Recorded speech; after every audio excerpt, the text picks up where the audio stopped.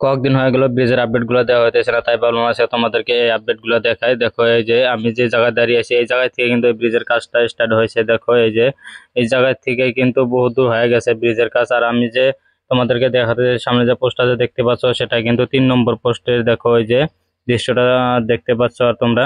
আর উপরে দেখো তারা উপরের কাজও কিন্তু তারা করার জন্য পুরো প্রস্তুত হয়ে গেছে। আর দেখো এগুলো কিন্তু বহুত ব্রিজের কাজ করা মাল মেটেরিয়াল কিন্তু এই জায়গায় বহুত পড়া আছে। দেখো আর আমার আসামরা যে ব্রিজটা নির্মাণ করা হইতেছে ধুবড়ী জেলাতে, দেখো এই অনেক সুন্দরভাবে কিন্তু এই কাজগুলো করা হইতেছে। দেখো এই যে আমি এখন তোমাদেরকে দেখাতে যাচ্ছি ব্রহ্মপুত্র নদীর মাঝের পোস্টের দৃশ্যগুলো। দেখো অনেক সুন্দরভাবে কিন্তু কাজগুলো করে আছে। আমার ভারতবর্ষের ভিতরে সেকেন্ড ব্রিজ এটা নির্মাণ করা হইতেছে, সেকেন্ড লং ব্রিজ 19.3 কিলোমিটার। আর এই জায়গাতে কিন্তু কিছুদিন আগে অনেক ভিড় হয়েছিল। যারা আমার ইউটিউবে বা পেজে নতুন ভিডিও দেখে আছেন সবাই পেজটা ফলো করে রাখবেন, আর ইউটিউব চ্যানেলটা সবাই সাবস্ক্রাইব করে রাখবেন। আর লাইক কমেন্ট করা কেউ কিন্তু ভুলবেন না। তোমাদেরকে আমি ব্রিজের আপডেট গুলো দিয়েই থাকবো। আর যারা আসেন নাই একবার হলে ঘুরে যাবেন, অনেক সুন্দর লাগবে কিন্তু এই জায়গাতে অনেক ভিউ পাওয়া যায়। আর এটা হলো ধুবড়ী জেলাতে ব্রহ্মপুত্র নদীর উপরে এই ব্রিজটা নির্মাণ করা হয়েছে। এল&ডি কোম্পানি এই ব্রিজের কাজ নির্মাণ করা হয়েছে। অনেক সুন্দরভাবে কিন্তু তারা কাজ করে আসতেছে। তারা ম্যানেজমেন্ট গুলো যারা আছে আর লেবার গুলো যারা আছে অনেক সুন্দরভাবে কিন্তু তারা কাজ করে আছে। আর যারা লেবার গুলো কাজ করে তারা কিন্তু অনেক সুন্দরভাবে কিন্তু পেমেন্ট গুলা পাওয়া যায়। তারা কিন্তু তাদের কিন্তু কোনো বাকি থাকে না। যারা সিকিউরিটিরা থাকে তারা তাদেরও কিন্তু অনেক দরমাহ পায়। অনেক সুন্দরভাবে তারা কিন্তু এই ম্যানেজমেন্ট গুলো চলাই আছে। আর দেখতে পাচ্ছ এই যে ব্রহ্মপুত্র নদীর মাঝে পোস্টের দৃশ্য। আর তোমাদেরকে এই জাহাজের দৃশ্যটা তোমাদেরকে দেখাবো। দেখো এই যে জাহাজগুলা দিয়ে কিন্তু কাজ করতে যায়। দেখো এই যে জাহাজের উপরে কতগুলা গাড়ি উঠানো হয়েছে, সেগুলা কিন্তু ওই পার নিয়ে যাব, দক্ষিণ পাড়ের ওই সাইডে ফুলবাড়ির ওই সাইডে নিয়ে যাব। ওই সাইডে কিন্তু অনেক কাজগুলা করতেছে। এই জাহাজে উঠানো হয়েছে যেহেতু পানি অনেক নদীতে, সেই জন্য কিন্তু জাহাজে উঠানো হয়েছে। এখন যেটা রাস্তা বানাইছিল ওই বালুচরের মধ্যে সেগুলা কিন্তু তলায় গেছে। আর দেখো এই যে জাল দেখছো এই জায়গায় কিন্তু পাবলিকটা এসে অনেক মাছ মেরে নিয়ে যায়। এই জায়গাতে দেখো অনেক সুন্দর কিন্তু লাগতেছে। আর এই জায়গায় কিন্তু অনেক গাড়ি লাইনও আছে। এই জাহাজ কিন্তু তারা নামায় দিয়ে আসবে, তারপর কিন্তু আরো অনেক নিয়ে যাবে, তাদের কাজে এটা। আর দেখো এই যে ব্রিজের আপডেট গুলো তোমাদেরকে আরো দেখাবো। তোমরা ভিডিওটা দেখতে থাকো লাস্ট অব্দি, অনেক ভালো লাগবে। আর যারা দেখেন নাই একবার এসে ঘুরে যাবেন, অনেক সুন্দর লাগবে কিন্তু।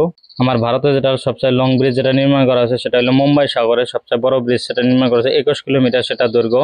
এটা কিন্তু সাগরের উপরে কিন্তু নির্মাণ করা হয়েছে। আর এটা নির্মাণ করা হয়েছে পুরোটা ব্রহ্মপুত্র নদীর ভিতরে। আমার আসামের ভিতরে যেটা সবচেয়ে বড় ব্রহ্মপুত্র নদী আমার ধুবড়ীতে, সেই ব্রহ্মপুত্র নদীর উপরে নির্মাণ করা হয়েছে সেই ব্রিজের নাম ধুবড়ী টু ফুলবাড়ি ব্রিজ।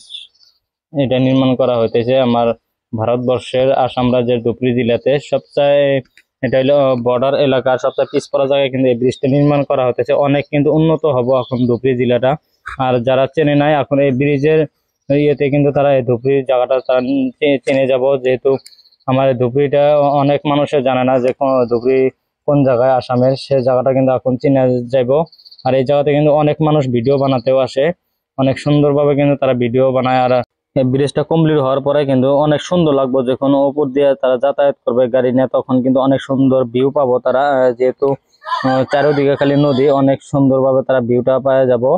আর আমরা বাসে থাকবো না নাই আল্লাহ জানে, আমরাও কিন্তু একবার হলেও ব্রিজের উপর দিয়ে আমরাও যেতে চাই। যেহেতু সবচেয়ে বড় ব্রিজ যেটা নির্মাণ করা হয়েছে সেটা মুম্বাই সাগরে, তারপরে এই ব্রিজটা নির্মাণ করা হয়েছে। আরো একটা ব্রিজ নির্মাণ করা হয়েছে সেটা হলো বিহারে। বিহারে কিন্তু ব্রিজের কাজ নির্মাণ করা অবস্থায় কিন্তু সেটা একটা দুর্ঘটনা হয়েছিল। সেটা কিন্তু সেকেন্ড সেকেন্ডের কাজ করা অবস্থায় কিন্তু সেই ব্রিজটা ভেঙে গেছিল। যেহেতু এটা এল&ডি কোম্পানি করে না, সেটা অন্য একটা কোম্পানি করেছিল, সেই জন্য কিন্তু সেটা ভেঙে গেছিল শায়দ। সেটা ওইরকম ভাবে তারা কাজ ওগুলা করে নাই। আর এই ব্রিজটা যে করতেছে সেটা কিন্তু অনেক সুন্দরভাবে কাজ করতেছে। আর এই জায়গায় কিন্তু ওইরকম বড় একটা দুর্ঘটনা হয় নাই এই ব্রিজে কাজ করা অবস্থায়। দেখো যে ব্রিজে রাস্তায় দেখো পানি মারতেছে গাড়িগুলা দিয়ে। আর দেখো যে সেই দৃশ্যটা তোমাদেরকে দেখাতে যাচ্ছি। এই জায়গাতে খালি একটা নাও দুর্ঘটনা হয়েছিল, সেটা এল&ডি কোম্পানির সেটা দোষ না, সেটা যারা নৌকা ছিল সেই নৌকার মালিকটারই দোষ। যেহেতু তারা এই ব্রিজের পোস্টের উপরে তুলে দিয়েছিল। আর দেখো এখন কিন্তু নাল নিশানও লাগানো আছে, সেই জায়গায় কিন্তু কোনো ধরনের ক্ষতি হলে তারা কিন্তু কোনো ধরনের ক্ষতিপূরণ দিব না। আর যেহেতু এই জায়গায় যারা ঘুরতে আসো বাইক নিয়ে তারা কিন্তু অনেক সেফটি ভাবে তারা বাইক চালাবেন। যেহেতু এই জায়গায় অ্যাক্সিডেন্ট হলে এল&ডি কোম্পানি কোনো ধরনের ক্ষতিপূরণ দিব না।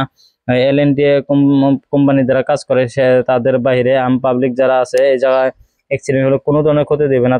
তারা কিন্তু এই জায়গাতে যারা রাস্তাটা বানাইছে এলএনডি কোম্পানি, সেটা কিন্তু তাদের এই ব্রিজে কাজ করার জন্য